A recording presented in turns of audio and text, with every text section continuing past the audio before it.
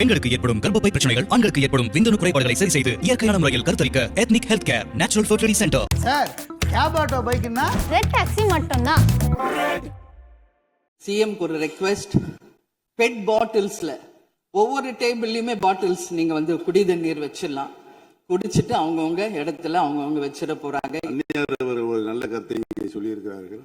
அந்த கருத்து ஏற்புடையது அல்ல என்பதை நான் தெரிவித்துக் கொள்ள கடமைப்பட்டிருக்கிறேன். என்ற கோபம் வந்தால் தண்ணி பரலை கொண்டிருக்க வாய்ப்பு இருக்கிறது.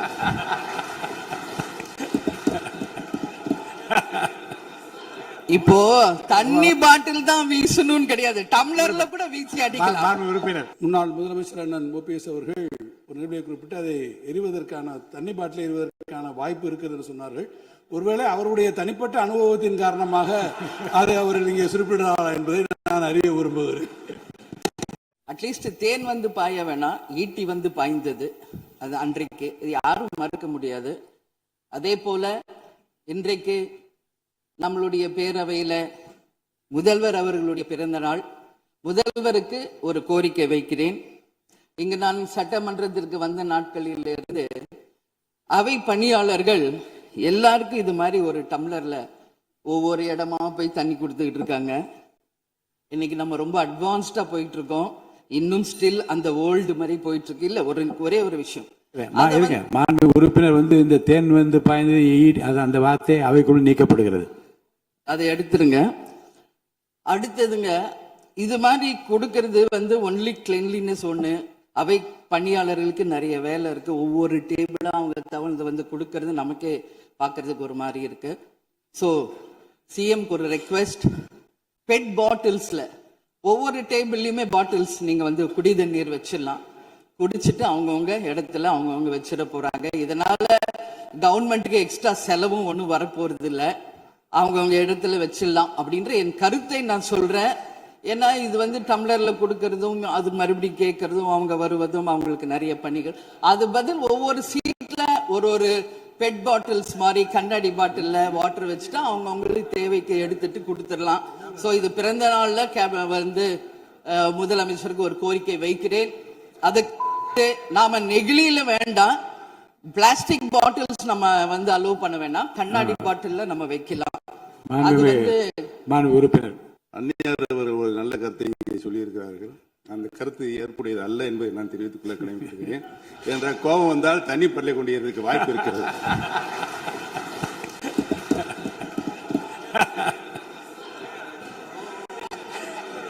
உறுப்பினர் பேசலாம். இப்போ தண்ணி பாட்டில் தான் வீசணும்னு கிடையாது, டம்ளர்ல கூட வீசி அடிக்கலாம். உறுப்பினர் ஒரு நிமிஷம். தலைவர் அவர்களே, நம்முடைய மாண்புமிகு முன்னாள் முதலமைச்சர் அண்ணன் ஓபிஎஸ் அவர்கள் ஒரு நிலையை குறிப்பிட்டு அதை எரிவதற்கான தண்ணி பாட்டில் எரிவதற்கான வாய்ப்பு இருக்கிறது என்று சொன்னார்கள். ஒருவேளை அவருடைய தனிப்பட்ட அனுபவத்தின் காரணமாக அதை அவர்கள் இங்கே குறிப்பிடுறாரா என்பதை நான் அறிய விரும்புகிறேன். மாண்புமிகு உறுப்பினர், ஏன்னா காலையில இருந்து ரொம்ப காரசாரமாவே போயிட்டு இருந்துச்சு. அதனால ஒரு ஹாப்பியா நம்மளுடைய முதல்வர் பிறந்த நாள்ல எல்லாரும் சந்தோஷமா இன்னைக்கு நம்ம அவையே செய்வோம். சோ பாட்டில் தான் வீசணும்ன்றது இல்ல.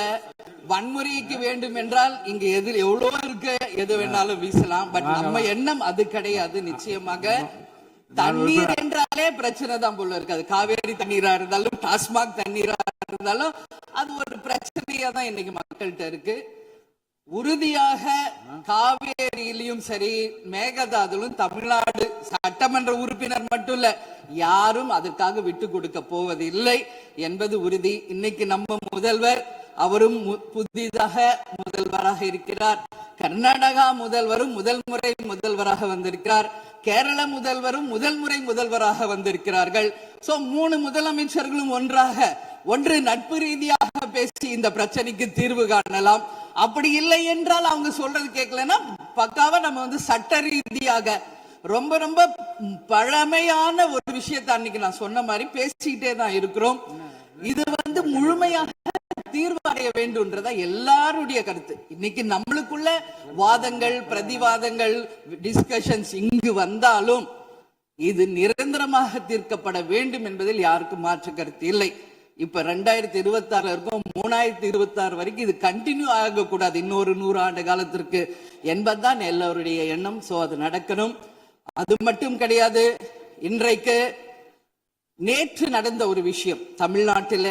நேற்று நான் நேரடியாக சென்று பாதிக்கப்பட்டவங்களை பார்த்தேன். Yesterday was a black day for Tamil Nadu. Sunday black சண்டேவாக நேற்று இருந்தது. இதுவரைக்கும் தமிழகம் காணாத ஒரு பேர் விபத்து அது. இன்னைக்கு பேரிடர் எவ்வளோ பிரச்சனைகள் இருந்தாலும் ஒரு அமோனியா தாக்குதல்ல இத்தனை பேர் பாதித்தது தமிழக வரலாற்றில் முதல் முறை. அனைவரும் வடநாட்டை சேர்ந்த பெண்கள், 20 வயசுல இருந்து 25 வயசுக்குள்ள இருக்கிற இளம் பெண்கள். அவங்கள நேரா பார்க்கும்போது மிக மிக மனசுக்கு கஷ்டமாக இருந்தது. என்ன ஃபேஸ்ல பாக்குறோம், உதடு, காது, மூக்கு எல்லாம் ப்ளீட் ஆயிட்டே இருக்கு. அப்போ டாக்டர்ஸ் அங்க எக்ஸ்பிளைன் பண்ணாங்க, இங்க வெளியே நம்ம என்ன பாக்குறோமோ அதுதான் இன்னர், அதாவது லங்ஸ். இதை பற்றி ரொம்ப விரிவான விளக்கத்தை எல்லாம் அமைச்சர் அளிச்சுட்டாங்க. இதை சுருக்கமாக அதை நான் பார்த்தேன், சரியானதுதான். நீங்க மேற்கொண்டு அதை பற்றி பேச ஆளுநர் உரைக்கு நன்றி தெரிவிக்கிற கருத்துக்கு வந்திருக்க நீங்க. கண்டிப்பாக. அதனால நான் நினைச்சேன் இன்னைக்கு ஒரு நிமிஷம் அவங்களுக்காக நம்ம மௌன அஞ்சலி செலுத்துவோம் என்று நான் எதிர்பார்த்தேன். இருந்தாலும் பரவாயில்லை. சோ அவங்களுக்கு நான் நேத்தே சொன்னபடி முதலமைச்சர் அவர்கள் 2 லட்சம் ரூபாய் கொடுத்திருக்கார். உடனே அமைச்சர்கள் போய் பார்த்தாங்க. அதெல்லாம் பாராட்டுக்குரிய விஷயம். ஆனாலும் ஏழ்மை குடும்பத்தில இருந்து வந்திருக்காங்க. சோ கன்சிடர் பண்ணணும்னு சொல்லி நான் கேட்டுக்கிறேன். உரிய சிகிச்சை தரப்படுகிறது. அவங்க பிழைப்பது நிச்சயம் கடவுள் கையில இருக்கிறது. சோ எல்லாரும் அவங்களுக்காக ப்ரே பண்ணுவோம் சொல்லி இந்த நேரத்தில் நான் கேட்டுக்கொள்கிறேன். ஒரு பெண்ணா அந்த பெண்களை பார்க்கும்போது என்னால் அதை ஏற்றுக்கொள்ள முடியலை. அதனாலதான் சபையில் அதை நான் பேசிக்கிறேன். அதே போல இன்னைக்கு முதல் முறையாக மற்ற சப்ஜெக்ட் எல்லாம் பேசிட்டு இருக்கேன். என்னுடைய தொகுதியை பற்றி இதுவரைக்கும் நான் பேசவே இல்லை.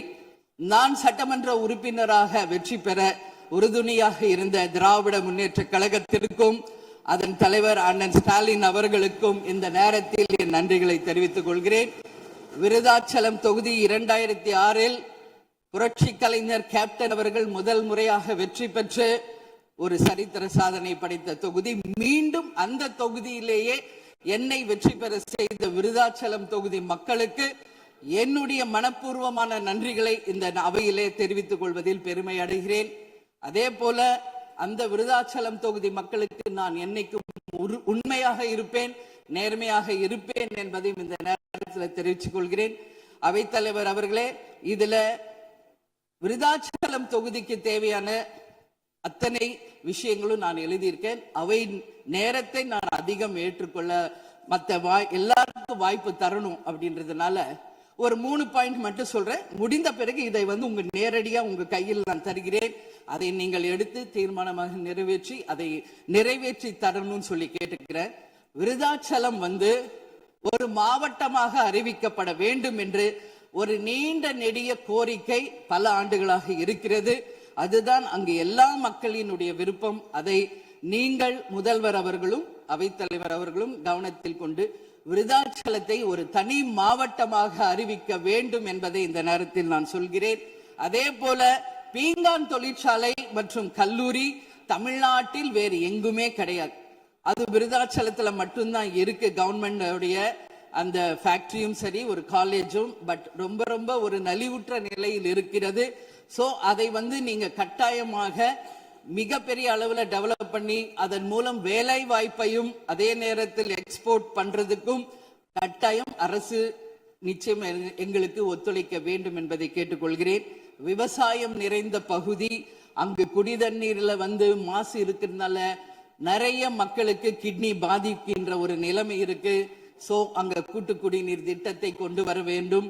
மரவள்ளி கிழங்கு, மக்காச்சோளம், நெல், கரும்பு இவைதான் அங்கு அதிகமாக விளைகிறது. சோ விவசாயிகளுக்கு முழு கடன் தள்ளுபடி செய்து விவசாயிகளுக்கு எல்லா விதத்திலும் இந்த அரசு உறுதுணையாக இருக்கணும் சொல்லி நான் கேட்டுக்கிறேன். அதே போல டெல்டா பிரச்சனை மட்டும் கிடையாது, இது தமிழ்நாடு பிரச்சனை. நம்மளுடைய நீர் ஆதாரம் எல்லாருக்கும் கிடைக்க வேண்டும் என்றும் கூறி, இது அவை முடிந்தவுடன் இதை உங்களிடம் சமர்ப்பிப்பேன். இதை நீங்கள் ஏற்று இதை கட்டாயம் நிறைவேற்றி தர வேண்டும் தொகுதிக்காக என்று கேட்டுக்கொண்டு, எல்லாருக்குமே இந்த நேரத்தில் இந்த அவையில் பேச வாய்ப்பு கொடுத்த அவைத்தலைவர் அவர்களுக்கும் இன்று பிறந்தநாள் காணும் முதல்வர் அவர்களுக்கும் என் நன்றிகளை தெரிவித்துக் கொண்டு அமர்கிறேன். நன்றி, வணக்கம். பெண்களுக்கு ஏற்படும் கர்ப்பப்பை பிரச்சனைகள், ஆண்களுக்கு ஏற்படும் விந்தணு குறைபாடுகளை சரி செய்து இயற்கையான முறையில் கருத்தரிக்க ethnic health care natural fertility centre. Sir cab auto பைக்குன்னா ரெட் டாக்ஸி மட்டும்தான்.